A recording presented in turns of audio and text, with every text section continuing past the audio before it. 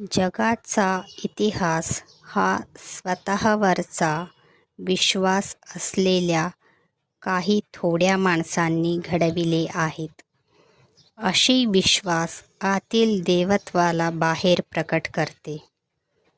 मग तुम्ही सर्व काही करू शकता. तुमच्यामधील अनंत शक्ती प्रकट करण्याचा पुरेसा प्रयत्न तुमच्याकडूनच झाला नाही तर तुम्हाला अपयश येते. कोणतीही व्यक्ती जेव्हा विश्वासहीन बनते तेव्हा मृत्यू ओढवतो. जो तो हुकूम फरमावू इच्छितो. हुकूम पाळायला कोणीच राजी नाही. प्राचीन काळाच्या त्या अद्भुत ब्रह्मचर्य आश्रमाच्या लोपनेचं हा अनर्थ ओढावला आहे. आधी आज्ञा पाळायला शिका.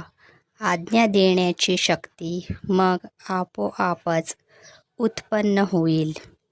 नेहमी आधी चाकर होण्यास शिका, मगच तुम्ही मालक होण्यास लायक होऊ शकाल. स्वामी विवेकानंद.